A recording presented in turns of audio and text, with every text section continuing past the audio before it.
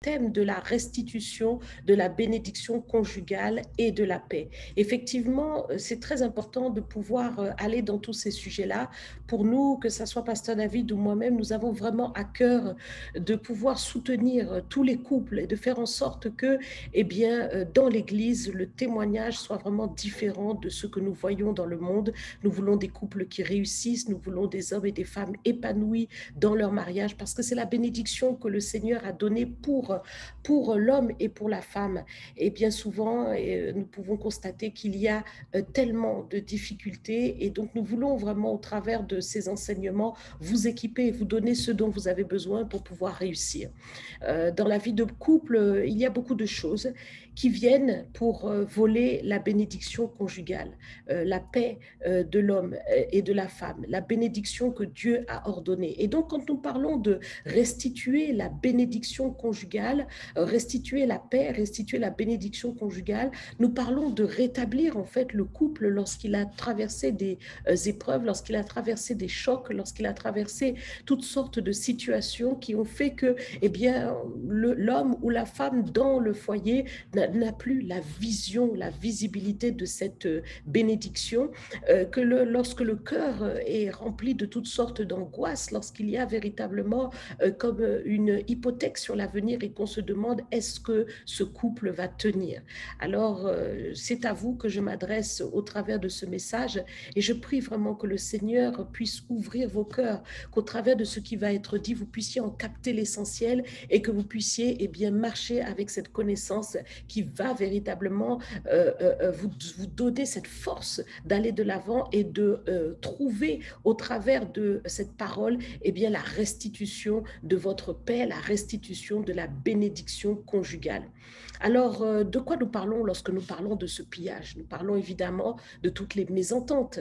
Lorsque le couple passe par des disputes qui n'en finissent pas, il y a des colères, il y a des irritations, le couple n'arrive plus à marcher dans la communion, mais au contraire, ce sont des disputes, ce sont des colères, ce sont des irritations qui se produisent à longueur de journée. Il y a un manque de communication, il y a des silences qui s'installent, on ne se parle plus pendant plusieurs jours.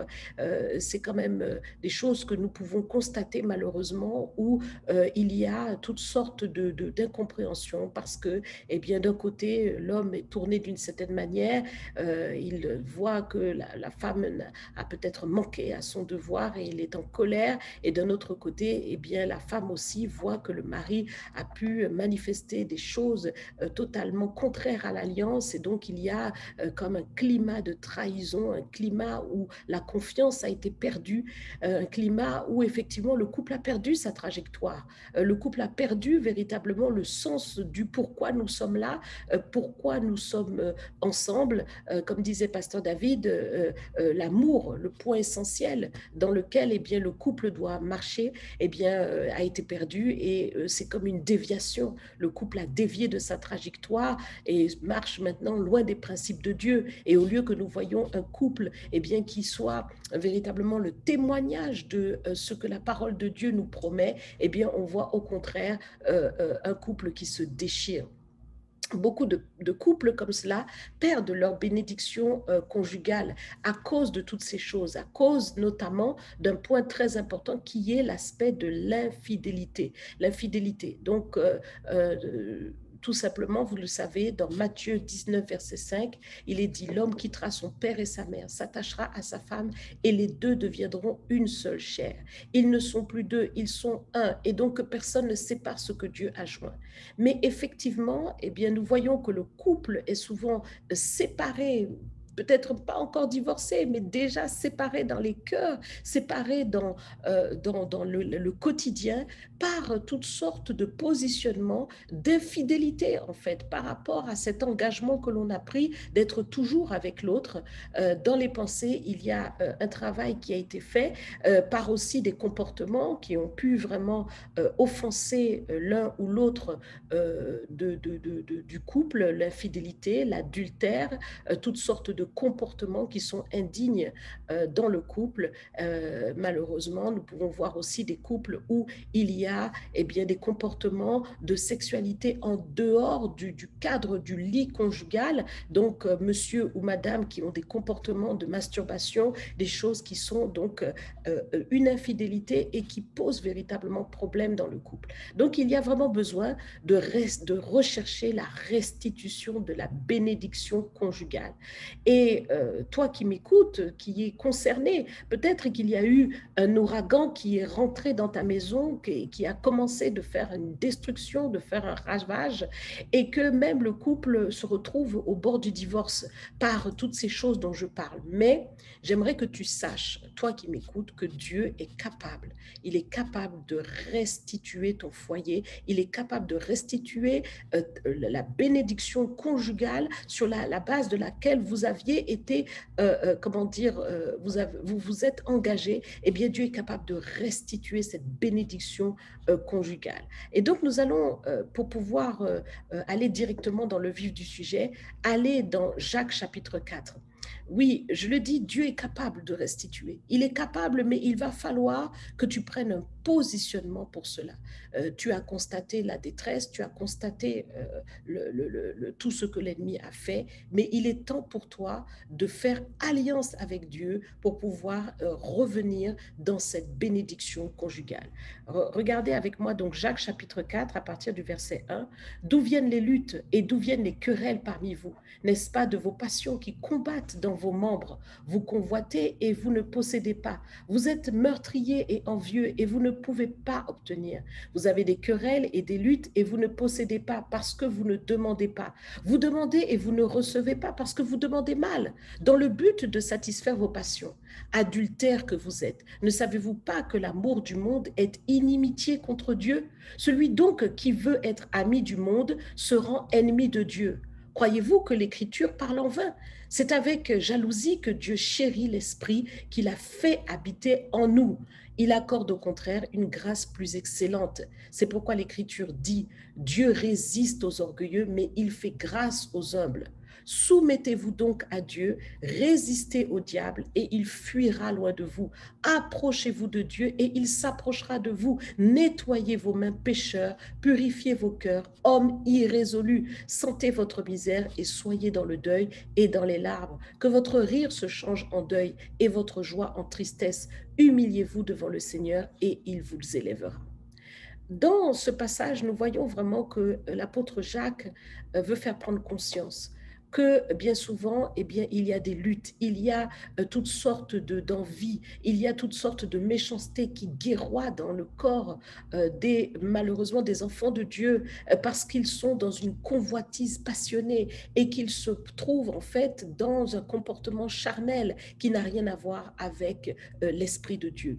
Et c'est vrai que le Seigneur, eh bien, dans les circonstances que tu traverses, dans les réalités que tu vis avec ton époux, avec ton épouse, tu t'es engagé comme dans un combat, où tu te retrouves comme sur un ring, où tu te bats et tu te débats avec monsieur, avec madame, avec son comportement, avec ses réalités, au lieu véritablement de prendre une position pour ton couple.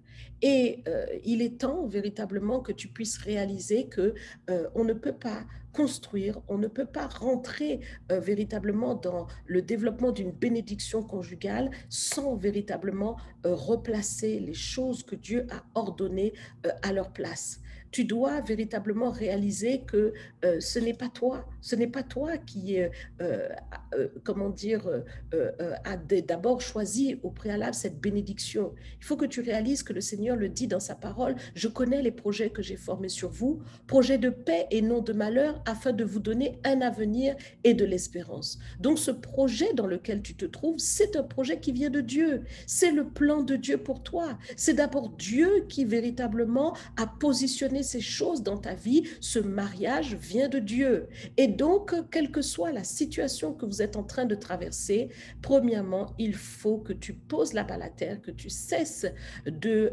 vouloir traiter cette situation dans un combat ou un débat avec ton mari ou avec ta femme, et tu dois véritablement lever les yeux et te tourner vers Dieu. Donc, ce qui va être vraiment la clé pour la restitution de la bénédiction conjugale, c'est véritablement, premièrement, ta foi et ta confiance en Dieu. Il faut que tu retrouves confiance en Dieu, confiance non pas dans tes pensées, non pas dans ta pensée sur l'autre, dans ce que tu considères de l'autre, mais d'abord ta confiance dans le Seigneur. Parce que bien souvent, eh bien, tu regardes peut-être à toi et tu vas te sous-estimer parce que l'autre t'a dit des paroles, tu vas te regarder dans un esprit d'échec en te disant que tu ne peux pas, que tu n'y arriveras pas, que tu n'es pas assez bonne pour lui, tu n'es pas assez bien pour lui, tu n'es pas assez bien pour elle. Et l'ennemi va saper ta confiance au travers de ce genre de réflexion.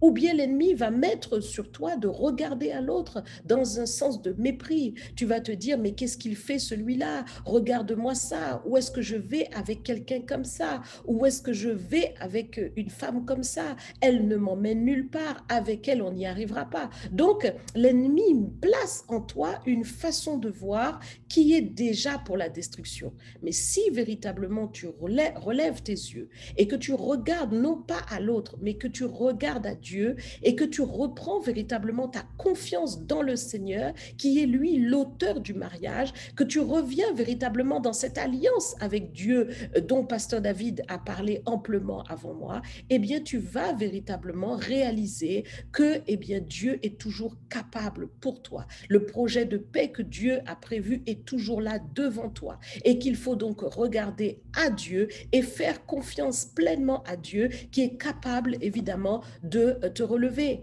Et le Seigneur dit, lève-toi, car sur toi l'Éternel se lève, dans Ésaïe 60, verset 1. Donc, il faut vraiment réaliser que, premièrement, il faut qu'un des deux se lève et c'est toi. Ce n'est pas l'autre. Tu ne peux pas regarder à l'autre, mais tu peux regarder à toi. Tu ne peux pas changer le comportement de l'autre, mais tu peux t'occuper de toi-même. Tu peux gérer toi-même. Et donc, c'est très important pour toi de te lever sur cette base, de lever sur la base de la parole de Dieu, sur la base de cette confiance en Dieu, pour que Dieu relève ton couple. Il faut au moins que l'un des deux se lève. Eh bien, le Seigneur dit, lève-toi. Sur toi, l'Éternel se lève. Donc, ne regarde pas et n'attends pas à l'autre, mais toi-même, lève-toi toi-même. Toi-même, tiens-toi devant Dieu. Toi-même, tiens-toi dans la prière. Toi-même, tiens-toi dans la confiance dans le projet de Dieu, dans la foi en l'Éternel, dans le fait de te confier en Dieu. Et c'est alors justement que, premièrement, ce qui est très important pour tout développement, c'est cette paix. Eh bien, c'est alors que cette paix va déjà revenir dans ton cœur.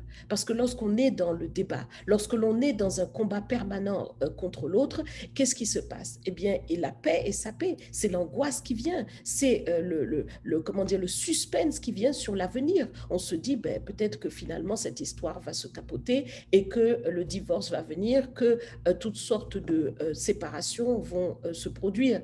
Mais lorsque véritablement tu tournes les yeux vers le Seigneur et que tu réalises que c'est Dieu qui est l'auteur de ce mariage et que Dieu n'est pas à court de solutions, de puissance, de stratégies pour restaurer le couple, alors ta confiance dans l'avenir peut revenir. Et donc, c'est la paix qui va s'installer au lieu de l'angoisse. Tu vas réaliser que Dieu est encore capable de s'occuper de toi, de s'occuper de ton mariage et de te donner la victoire. Parce que Dieu est un Dieu de victoire. Dieu n'est pas un Dieu de défaite. Et Dieu est tout puissant. Il n'est jamais à court de solutions. Donc, cet essentiel-là doit revenir dans ton cœur, car rien ne peut fleurir sans la paix. Lorsque lorsque tu vas tourner tes regards avec confiance en Dieu, cette paix va véritablement venir en toi, et cette paix qui a souvent manqué, eh bien, va être le préalable qui va permettre véritablement de sortir des erreurs. Parce que lorsque l'on est dans l'anxiété, lorsque l'on est dans l'angoisse, lorsque l'on est dans toute forme comment dire, de suspense par rapport à l'avenir dans le couple, et que l'on place sur l'autre un doute, eh bien, qu'est-ce qui se passe? Ce manque de paix va générer beaucoup d'erreurs. Dans ce manque de paix, tu avais fait beaucoup d'erreurs. Par exemple, beaucoup de femmes, dans le manque de paix, lorsqu'elles n'ont pas la confiance dans leur mari, lorsqu'elles doutent, lorsqu'elles ont une doute dans leur cœur par rapport au positionnement de leur mari, elles se retrouvent dans une position à toujours épier, à toujours soupçonner, à toujours pister le mari. Et qu'est-ce qui se passe? Eh bien, souvent, parfois, il n'y a rien. Mais c'est simplement ce manque de paix-là qui va faire que la femme va se mettre dans une machination où elle va soupçonner la moindre chose. Lorsque son mari parle avec une autre femme, elle est déjà dans le cœur déjà palpite, elle se projette plein de choses dans la tête. Et cette attitude, eh bien, au lieu de produire une communion dans le couple, va au contraire jeter la division, va jeter le fait que le mari va se sentir justement toujours, comment dire, placé ou positionné dans un état d'esprit ou dans une, comment dire, considération d'infidélité, alors qu'il ne l'est pas. Et c'est justement le contraire que ça va produire. Parce que si la femme regarde son mari comme infidèle, il va finir lui-même par se regarder comme infidèle.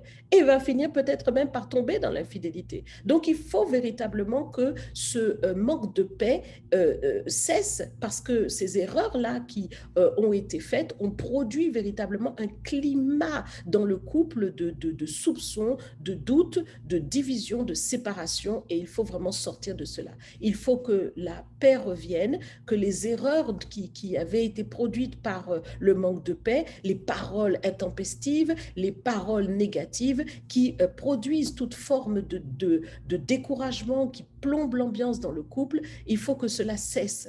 La paix permet vraiment de reconstruire, parce que dans la paix, il y a un autre état d'esprit. Regardez avec moi dans 1 Pierre au chapitre 3, versets 1 à 4. Il est dit ceci: Femmes, soyez de même soumises à vos maris, afin que si quelques-uns n'obéissent point à la parole, ils soient gagnés sans parole par la conduite de leurs femmes, en voyant votre manière de vivre chaste et réservée. Ayez non cette parure extérieure qui consiste dans les cheveux tressés, les ornements d'or ou les habits qu'on revêt, mais la parure intérieure est cachée dans le cœur, la pureté incorruptible d'un esprit doux et paisible, qui est d'un grand prix devant Dieu. Donc, au travers de ce que dit ici l'apôtre Pierre, le Seigneur veut véritablement voir cette paix s'installer dans le cœur de la femme. Elle ne s'appuie pas sur des artifices extérieurs, sur sa beauté. Non, elle s'appuie sur ce qui se passe en elle, c'est-à-dire une parure. Elle est parée à l'intérieur. Elle est équipée à l'intérieur. Et c'est quoi cet équipement? C'est un esprit doux et paisible. Elle est douce vis-à-vis de son mari. Elle est paisible. Elle est en paix vis-à-vis de lui.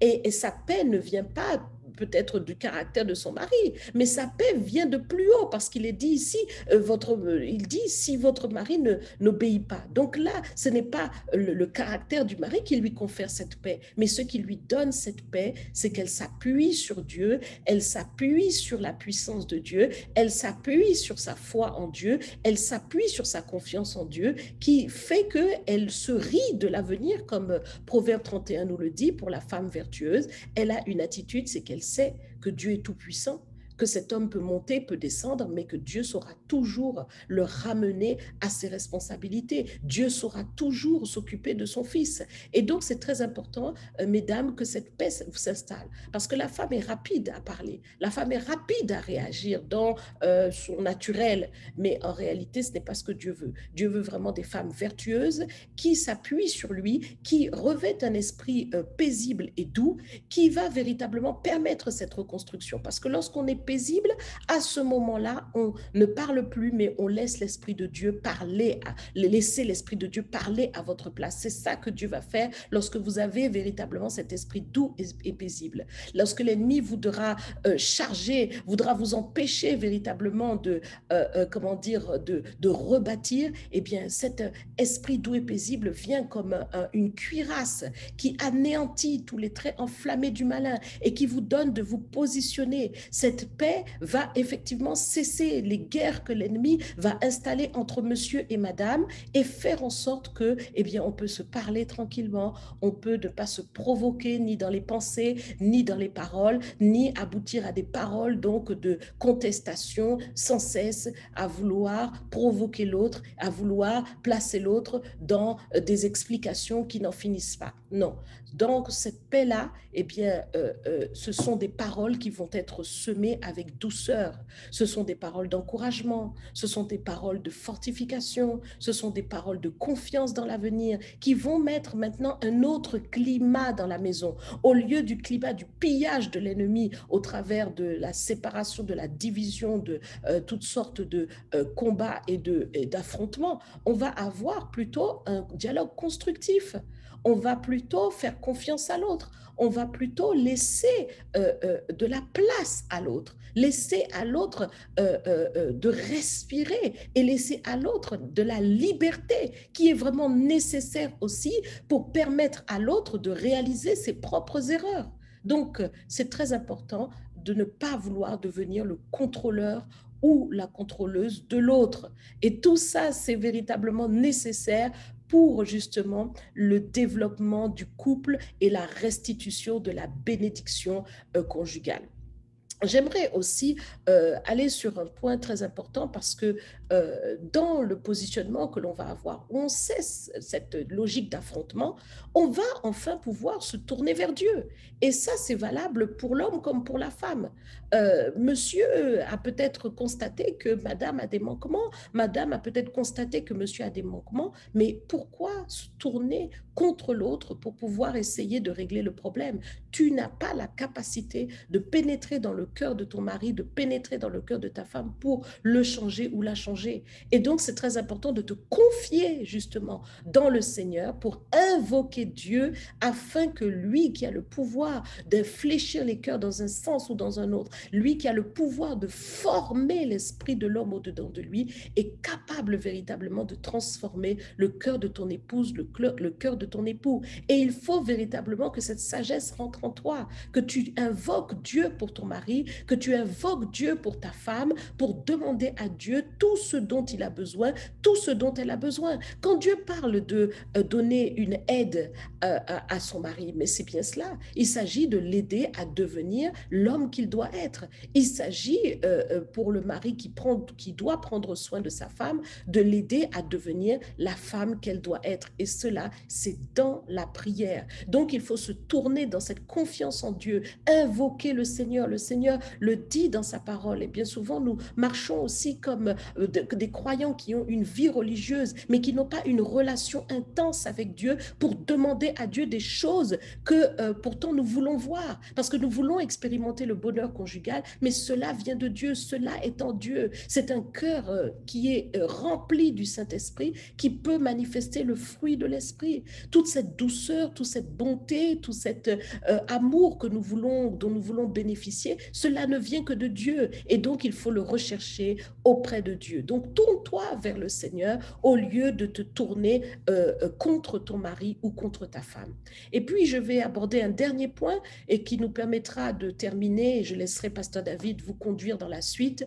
Il faut vraiment réaliser que le couple, le Seigneur est pour la communion du couple. Et la communion du couple, eh bien, souvent, lorsque le couple se divise, que le couple se déchire, il y a toute forme de punition, y compris sur l'aspect du lit conjugal. Or, pourtant, la relation du mari et de la femme dans leur intimité est véritablement le seul point qui caractérise justement l'alliance et la vie conjugale. Donc, madame ne doit pas punir monsieur, monsieur ne doit pas punir madame pour empêcher au couple de communier. Par là, le Seigneur aussi ressoude, il cicatrise, il restaure le couple. Et donc, voici Voici ce qui est dit dans 1 Corinthiens 7, à partir du verset 3, que le mari rende à sa femme ce qu'il lui doit, que la femme agisse de même envers son mari, que la femme n'a pas autorité sur son propre corps, mais c'est le mari, et pareillement, le mari n'a pas autorité sur son propre corps, mais c'est la femme. Ne vous privez point l'un de l'autre, si ce n'est d'un commun accord pour un temps, afin de vaquer à la prière, puis retourner ensemble, de peur que Satan ne vous tente par votre incontinence. Dans ce passage, l'apôtre Paul veut véritablement faire comprendre au couple qu'il ne faut pas se priver l'un de l'autre, qu'il ne faut pas se punir l'un l'autre, qu'il ne faut pas empêcher cette communion conjugale qui est importante parce que au travers de cela, eh bien, le couple va pouvoir être restauré de certaines choses qui ont pu se passer. La communion peut revenir, les dialogues qui n'avaient pas pu se nouer au travers de cette communion intime, le dialogue peut revenir. Toutes ces choses sont nécessaires. Et j'aimerais vraiment que l'homme comme la femme puissent cesser d'être le juge l'un de l'autre. Il faut véritablement que dans le couple, l'homme et la femme cessent d'être le juge l'un de l'autre et que le couple véritablement se soutienne en cherchant véritablement auprès de Dieu l'intervention qui délivre l'autre, qui délivre le mari, qui délivre la femme. C'est en s'humiliant, hein, comme nous l'avons dit dans le premier passage que nous avons lu dans Jacques chapitre 4, versets 1 à 10, c'est en s'humiliant sous la puissante main de Dieu que véritablement, eh bien, le Seigneur pourra relever le couple. Il faut que la femme s'humilie, mais il faut que l'homme s'humilie aussi. Souvent, nous expliquons et nous disons que c'est à cause de la dureté de vos cœurs, dit la parole de Dieu, que Moïse a permis des lettres de séparation et que le divorce est entré, que ces choses ont commencé. Et beaucoup d'hommes, en fait, sont enfermés dans une dureté de cœur. Cette dureté de cœur vient et procède de l'orgueil. Il faut que cet orgueil cesse. Il faut que l'homme puisse apprendre à s'humilier, qu'il puisse être prompt aussi à demander pardon, à pardonner. Il faut que cet élan puisse se faire librement dans le couple. L'homme n'a pas à revendiquer par un positionnement de dureté sa position de chef. Sa position de chef, elle est là par véritablement le plan que Dieu a déjà établi. Donc, ce n'est pas une revendication. Lorsque vous avez un patron et qu'il est chef, c'est son titre et personne ne peut le remettre en question parce que c'est son titre. Eh bien, c'est exactement la même chose dans le couple. L'homme n'a pas besoin de se donner une carrure de dureté par rapport à sa façon de s'exprimer vis-à-vis de la femme pour se faire passer pour un chef. Non, il l'est, point. Et donc maintenant, c'est important de comprendre qu'est-ce que chef signifie dans la parole de Dieu. Parce que Jésus est le chef et pourtant il est allé à la croix. Donc, nous devons vraiment réaliser que l'aspect de chef ne signifie pas de vouloir, comment dire, prendre une position de dureté, etc., mais véritablement de s'humilier et d'être vraiment le serviteur dans la maison. Donc, tout cela, eh bien, c'est un autre positionnement, que chacun sorte du jugement de l'autre pour vraiment s'occuper de lui-même, s'occuper de ses propres péchés. Il faut que l'homme s'occupe de lui, il faut que la femme s'occupe d'elle.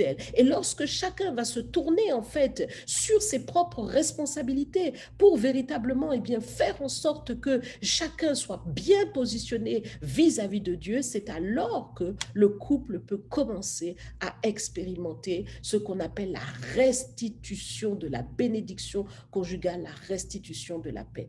Que le Seigneur vous bénisse, que le Seigneur vraiment permette véritablement que vous puissiez écouter ce message, le réécouter et surtout le mettre en pratique. À bientôt.